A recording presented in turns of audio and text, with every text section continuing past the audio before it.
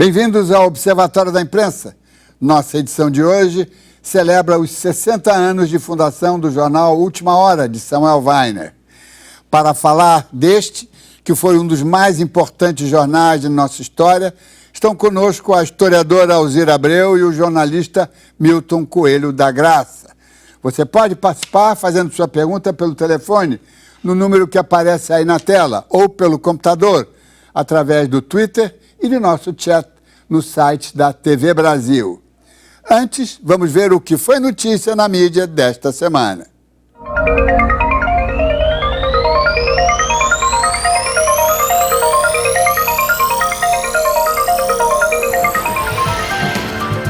O Brasil, afinal, entrou na trilha da verdade e da transparência. A sanção da Lei de Acesso à Informação Pública, junto com a criação da Comissão da Verdade, em solene cerimônia no Palácio do Planalto, tiram o Brasil do atoleiro histórico em que se encontrava. Ao mesmo tempo, preparam a cidadania para ser uma fiscal da gestão dos negócios públicos.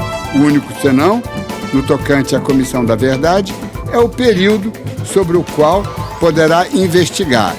As datas limites, 1946 e 1988, deixam de lado as violações aos direitos humanos cometidas pelo Estado Novo. Ignorar esta fatia do nosso passado soterra parte da nossa história contemporânea. Uma revolução azul. A Última Hora foi um divisor de águas, a mais importante das revoluções que Samuel Weiner fez ao longo de sua vida. O semanário Diretrizes, lançado em seguida à instalação do Estado Novo, conseguiu o milagre de fazer um jornalismo político num ambiente onde a política estava banida. O vespertino Última Hora antecipou os anos dourados de JK. Combinou um jornalismo vibrante, popular, com sofisticação cultural. Colocou Nelson Rodrigues ao lado de Vinícius de Moraes, uma dupla impossível e impensável. O grande triunfo deste repórter estrela, que tornou-se dono de uma cadeia de jornais, foi justamente a razão de sua queda. Os barões da imprensa não queriam um intruso, sobretudo sendo filho de imigrantes judeus. Graças a Weiner, Getúlio Vargas materializou o seu sonho de voltar à presidência, desta vez nos braços do povo. A entrevista em que se lançou o candidato à sucessão de Gaspar Dutra foi concedida a Samuel ainda na condição de repórter do matutino O Jornal, de Assis Chateaubriand. Vargas ganhou a eleição de 1950 a despeito da ferrenha oposição da imprensa da capital e de São Paulo. Para não ser derrubado, precisava garantir ao menos uma parcela de apoio na imprensa. Aí entra o gênio empreendedor de Weiner. Com apoio do Banco do Brasil, monta rapidamente 2 jornais, um no Rio e outro em São Paulo, e compra a Rádio Clube do Brasil. Não contava, porém, com a fúria de Carlos Lacerda, ex-amigo e ex-camarada, agora na extrema-direita, que viu no sucesso da Última Hora uma ameaça ao seu próprio vespertino, a Tribuna da Imprensa, lançado 2 anos antes. Com apoio maciço da grande imprensa, Samuel sofre uma das mais sórdidas campanhas, quase perde o jornal.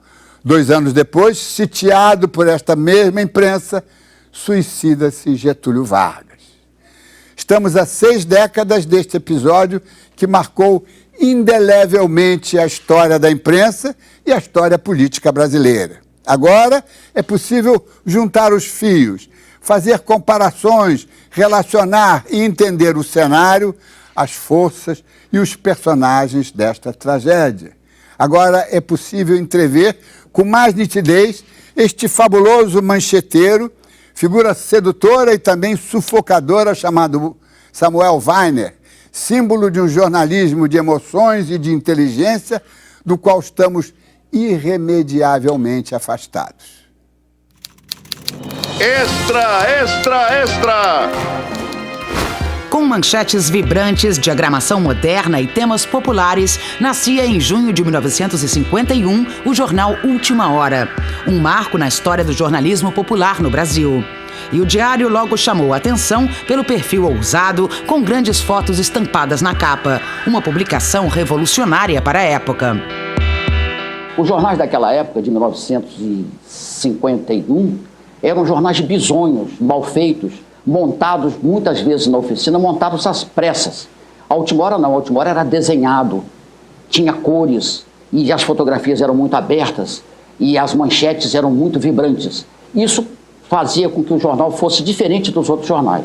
A Última Hora que introduz a cor, até a logomarca, o logotipo da Última Hora tinha uma cor chapada, uma cor azul chapada, né? E permanentemente, quer dizer, aquilo estava sempre na primeira página, aquela cor. A Última Hora, quando chega, ela realmente provoca um frisson na imprensa brasileira, né? Na minha visão, o que eu acho que a Última Hora conseguiu era reproduzir os sentimentos do cidadão comum, as suas queixas, né? As suas aflições, né? As suas... A Última Hora era um espelho da realidade brasileira que você não encontrava nos outros jornais.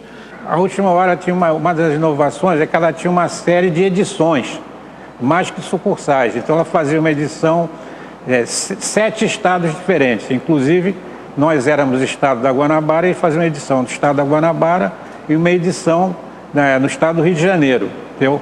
Se não me engano, era o irmão Samuel Weiner, Marcos Weiner. E no Rio Grande do Sul, em Brasília, em Minas Gerais.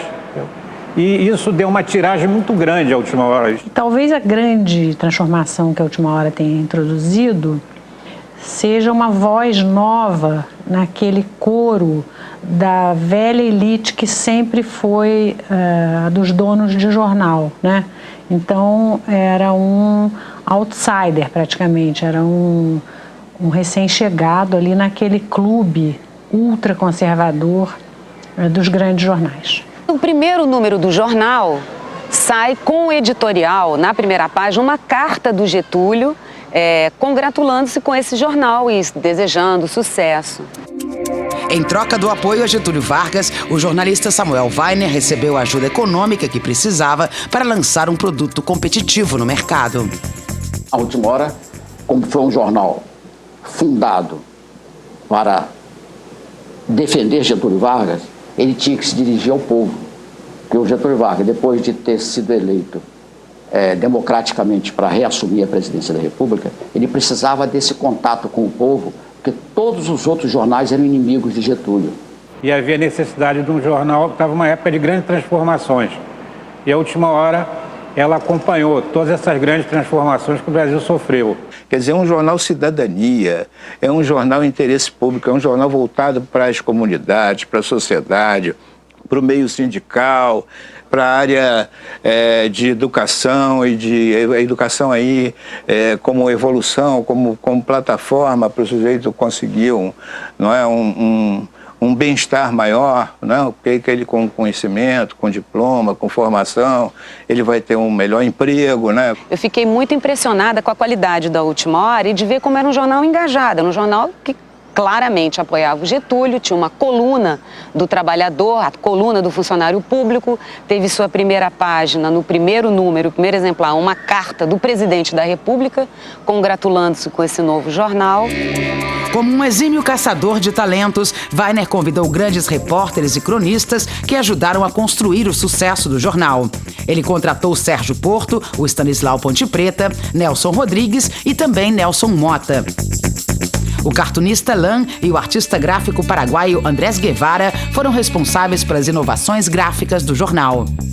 Andrés Guevara foi um desenhista maravilhoso, um mestre da caricatura. Tem mais, ele trabalhou muito com a Porelli, né?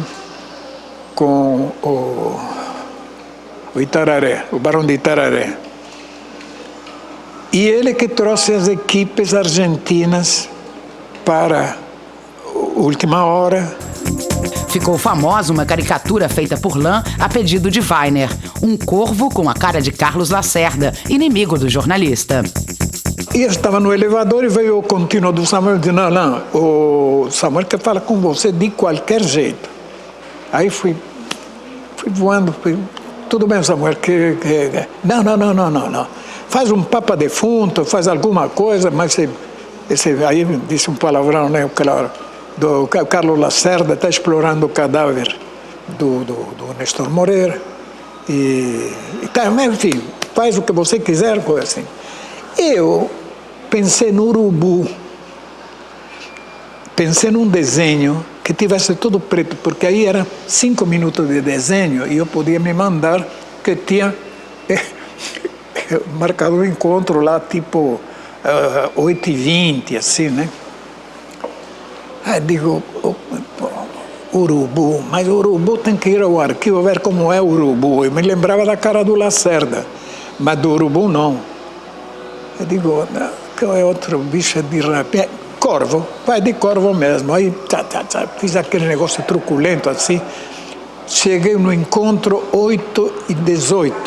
Para isso, ter a ideia de como corri com esse desenho, que até hoje, para meu gosto, para dentro, eu acho o pior desenho que fiz na minha vida. E foi o que me deu mais notoriedade. No dia seguinte, eu estava com esse cargo de consciência. Digo, tipo, o Samuel me pediu para caprichar. Eu fiz aquela droga desse corvo, digo assim. Entrei na redação, eram 9h da manhã. Quem é que estava no meio da redação? Samuel, bebe bocaiúva. Aí me apresenta Danton Coelho, presidente do PTB. Aí o Danton Coelho me abraça, me dá umas palmadas assim, aquele abraço, sabe, que tá enérgico. E me diz, você fez um trabalho de gênio. Você desencavou a alma torva desse filho de etc, etc, etc. Parabéns. Aí digo, meu Deus do céu, será que eu fiz tudo isso? Isso é trabalho psicológico, de profundidade, aquele coisa assim. A Última Hora tratava de cidade, esporte, carnaval, artes e, sobretudo, política. Porém, sempre com uma linguagem mais próxima do povo.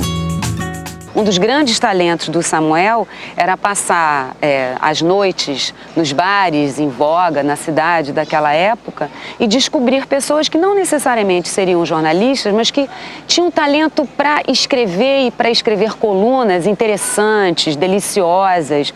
E ele inventa Nelson Rodrigues para escrever na Última Hora, ele convida o Ricardo Amaral para fazer coluna no Última Hora, faz o Antônio Maria, enfim, e ele vai, Nelsinho Mota, enfim, ele vai criando esses personagens, trazendo para dentro da Última Hora como um grande espaço de convivência, jornalística e artística, na verdade.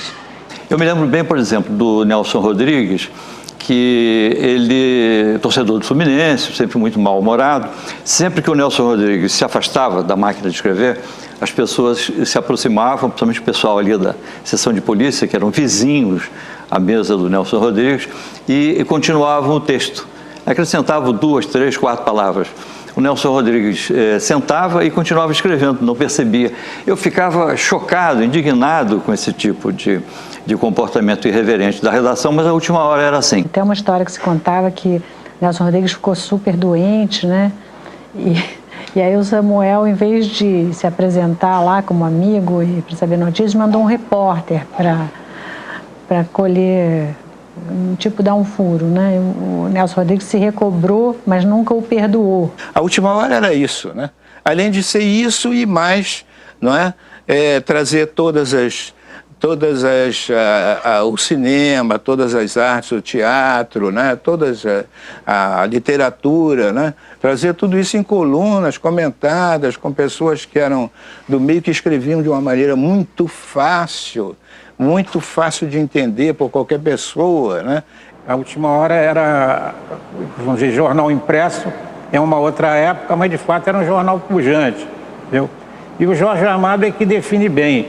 Acho que a Última Hora era uma arma do povo. A Última Hora lançou uma revista semanal chamada Flan, uma revista como jamais foi feita na imprensa brasileira. Era uma revista muito bonita, impressa em policromia e que tinha a colaboração dos maiores intelectuais da época. O jornal era um jornal popular, sem ser popularesco, porque, como eu disse, ele tinha um lado intelectualizado e tinha um lado charmoso de show, mulheres, até poesia, como a da Algisaneri era uma presença permanente no jornal. Então não era um jornal populista, era um jornal popular sem ser populista. O escritor e jornalista Moacir Werneck de Castro, morto no ano passado, foi seu redator-chefe durante 14 anos. A Última Hora, como sendo o jornal mais visado, e o Samuel sendo o mais visado dos diretores do jornal, porque ele já vinha daqueles processos do Carlos Lacerda e tal, e sempre havia em torno dele, enfim, ele era um estranho no ninho da grande imprensa. E o Samuel prezava imensamente a existência daquele jornal, que, como ele disse no livro dele, era a razão de viver. Então foi levado a um caminho para sobreviver. Por exemplo, ele ficou nessa temporada, ficou uns dias ou semanas afastado do jornal e clandestino, mas depois voltou à circulação e voltou chamado no comando do Exército e tendo que enfrentar uma situação para ele muito desagradável e que ele foi levado a uma série de concessões. Por exemplo, publicar o soneto de um capitão na primeira página em resposta ao Geraldo Vandré, para não dizer que não falei de Flores. Por exemplo, publicar um longo poema de um militar da Amazônia explicando como era a vida da caserna e tal, porque dizia que a imprensa não reconhecia o valor dos soldados, coisa que não passava pela cabeça de ninguém. O que não se reconhecia era o direito dos soldados ocuparem a imprensa, né, evidentemente. Mas houve coisas curiosas, quer dizer, no fim de alguns dias de convivência, esses militares começaram a entender o que era um jornal. Por exemplo, não entrava na cabeça deles, que tinham outra formação, a formação da caserna, do trupier, não entrava na cabeça deles que uma coisa tão caótica como uma redação de jornal, aquela gritaria, naquele tempo as redações eram muito barulhentas, aquele caos, que aquilo pudesse resultar num produto acabado, que vinha ali direitinho, saía na hora certa, paginado direito e tal. Aquilo para eles era um verdadeiro milagre. A Última Hora foi pioneira ao oferecer melhores salários e valorizar os jornalistas. Assim, ganhou prestígio junto aos profissionais. É do conhecimento, mais ou menos, de todos, que o Samuel, quando fundou a Última Hora, ele ofereceu para os funcionários do jornal, para os contratados do jornal naquela ocasião, os melhores salários da imprensa brasileira. E isso deu força ao jornal. E o jornal teve até recentemente, até pouco antes dele fechar, ele tinha numa escadaria uma placa de bronze em que os funcionários do jornal agradeciam a ele por ter melhorado os salários da imprensa brasileira. A Última Hora pagou mais aos profissionais, o que deu um pouco de ira dos outros donos das indústrias, né, jornalísticas, inclusive do Assis Chateaubriand. Eu gostava tanto do Samuel e tinha acompanhado tanto a luta que ele teve contra todo mundo, porque, na verdade, que nós jornalistas, um tributo de gratidão deveríamos ter sempre, lembrar que Samuel foi quem dignificou a profissão de jornalista. Você fazia o jornalismo de acordo com as suas convicções. E raramente acontece na vida do profissional de comunicação uma identidade entre aquilo que ele pensa e aquilo que a empresa permite que seja focado no jornal. E na Última Hora nós tínhamos absoluta liberdade, e isso para nós era um aspecto muito forte de realização profissional. A Última Hora tinha essas questões muito bem definidas. Então, a Última Hora era um jornal que defendia o restabelecimento do Estado de Direito, né, e a volta da democracia e das garantias individuais. E a redação, ela tinha uma independência que hoje me parece quase que uma fantasia. O comercial dificilmente interferia na linha editorial do jornal. Não só eu, mas como diversos outros jornalistas que trabalharam ou tiveram contato com a Última Hora, acreditam que a imprensa no Brasil tem duas fases, antes e depois da última hora. Apesar de ter várias colunas, de ter um glamour, de ter um charme de toda a elite carioca também, com quem o Samuel fazia questão de trazer para aquele jornal, tinha um fundo de preocupação com essa massa trabalhadora. Eu diria que era um jornal que se queria popular, mas dando um pouco de charme e de umas purpurinas no meio dessa. Ao mesmo tempo que tinha smoking, eles usavam havaiana. Estão comigo aqui no estúdio da TV Brasil a historiadora do CPDOC, da Fundação Getúlio Vargas, a professora Alzira Abreu, além do jornalista Milton Coelho da Graça, que trabalhou na Última Hora. Alzira Abreu, vamos começar do fato primordial, que é a criação da Última Hora, não é? Como é que o Getúlio conseguiu, em 50, com a imprensa toda contra ele, do Rio e São Paulo, né? Talvez uns pequenos jornais não estivessem contra, mas todo mundo contra o Getúlio, e ele consegue ser eleito. Pois é, esse é a grande discussão, né? Como é que o Getúlio, que para fazer a campanha de 50, ele teve que fazer a campanha com toda a imprensa contra, né? E ele teve que fazer em cima de caminhão, né? Com alto-falantes e distribuindo panfletos, e a imprensa só fazia criticar o programa dele, econômico, político, social, era uma crítica... Estava ligado, obviamente, nós sabemos disso, ao período do Estado Novo, quer dizer, todos os jornais importantes da época estavam apoiando o brigadeiro Eduardo Gomes, que tinha sido lançado pela União Democrática Nacional, a UDN. E havia sempre aquele rancor contra Vargas, porque tinha perseguido a imprensa, censura a imprensa durante o Estado Novo. Mas, apesar de toda essa campanha, Vargas vence a eleição de 1950. Né? E aí ele precisava de uma imprensa para divulgar o seu programa, a sua gestão. Né? É aí que ele vai apoiar a criação da Última Hora. Né? Ele vai dar o apoio, vai incentivar mesmo, né, o Samuel Weiner a criar a Última Hora, que é realmente um jornal que eu considero que é um jornal que vai, naquele momento, ele vai solidificar as mudanças que vinham ocorrendo na imprensa no Brasil. Né? Era uma imprensa que era partidarizada, a gente já falou isso, era uma imprensa que tinha uma linguagem muito agressiva, usava muito adjetivo, era uma imprensa que não era financiada pelos partidos, mas se declarava claramente a favor deste ou daquele partido. Né?